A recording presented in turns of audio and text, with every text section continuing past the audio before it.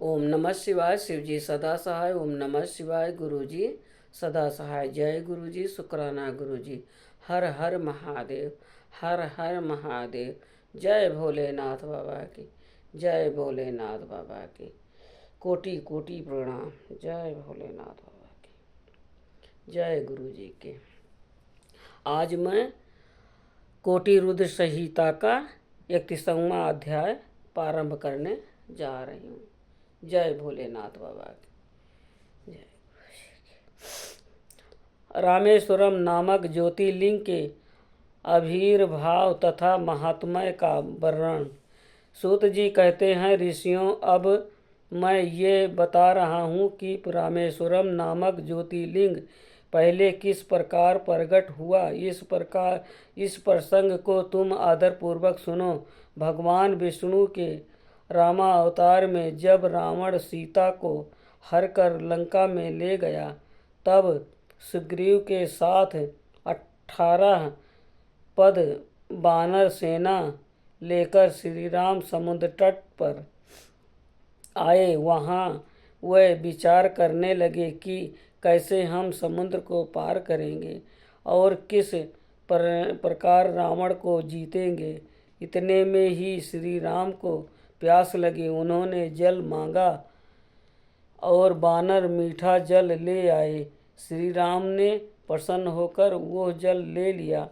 तब तक उन्हें स्मरण हो गया कि मैंने अपने स्वामी भगवान शंकर का दर्शन तो किया ही नहीं, फिर ये जल कैसे ग्रहण कर सकता हूँ। ऐसा कहकर उन्होंने उस जल को नहीं पिया।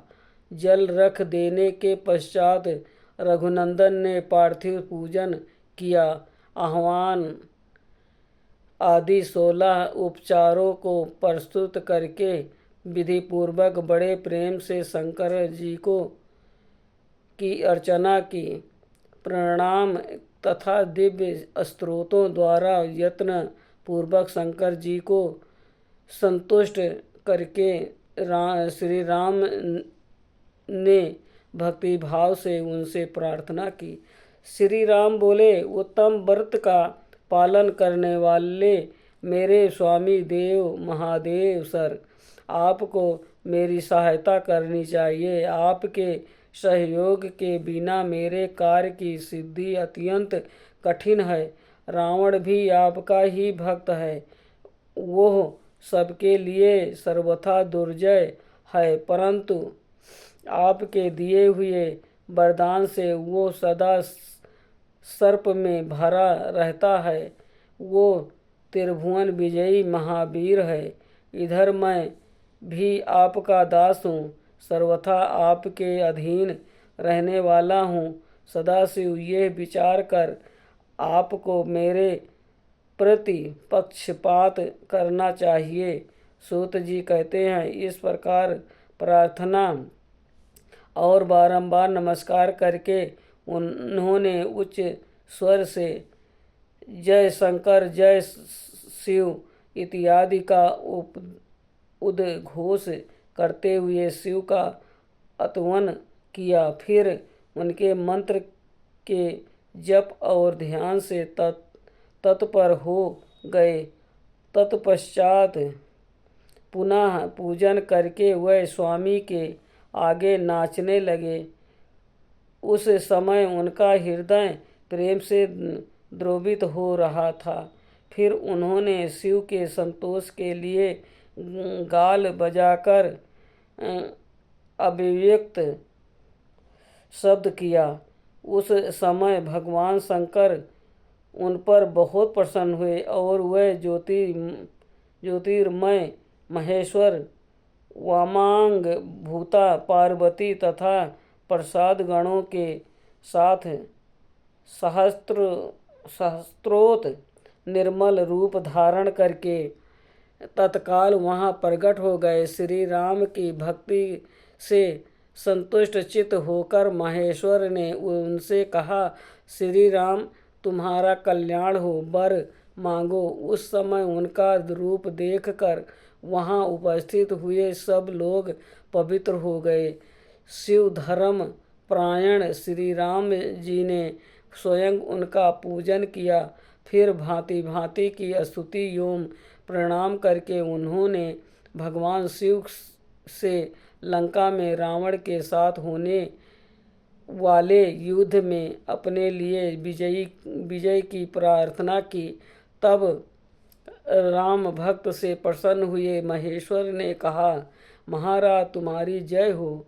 भगवान शिव के दिए हुए विजय सूचक वर एवं युद्ध की आज्ञा को पाकर श्री राम ने नतमस्तक हो हाथ जोड़कर उनसे पुनः प्रार्थना की।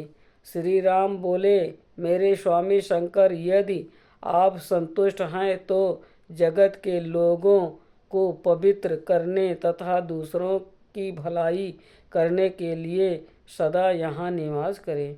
सूत जी कहते हैं, श्री राम के ऐसा कहने पर भगवान शिव वहाँ ज्योतिर्लिंग के रूप में स्थित हो गए। तीनों लोकों में रामेश्वर के नाम से उनकी प्रसिद्धि हुई। उनके प्रभाव से ही अपार समुद्र को अनायास पार करके श्री राम ने रावण आदि राक्षसों का शीघ्र ही संहार किया और अपनी प्रिया सीता को प्राप्त कर लिया। तब से इस भूतल पर रामेश्वर की अद्भुत महिमा का प्रसार हुआ। भगवान रामेश्वर सदा भोग और मोक्ष देने वाले तथा भक्तों की इच्छा पूर्ण करने वाले हैं। जो दिव्य गंगा जल से रामेश्वर शिव को भक्तिपूर्वक स्नान कराता है, वो जीव मुक्त ही है। इस संसार में देव दुर्लभ समस्त भोगों का उपभोग करके अंत में उत्तम ज्ञान पाकर वो निश्चय ही कैवल्य मोक्ष को प्राप्त कर लेता है। इस प्रकार मैंने तुम लोगों से भगवान शिव के रामेश्वरम नामक दिव्य ज्योतिर्लिंग का वर्णन किया, जो अपनी महिमा सुनने वालों के समस्त पापों का अपहरण करने वाला है। आज का कोटि रुद्र संहिता का 31वां अध्याय संपूर्ण हुआ।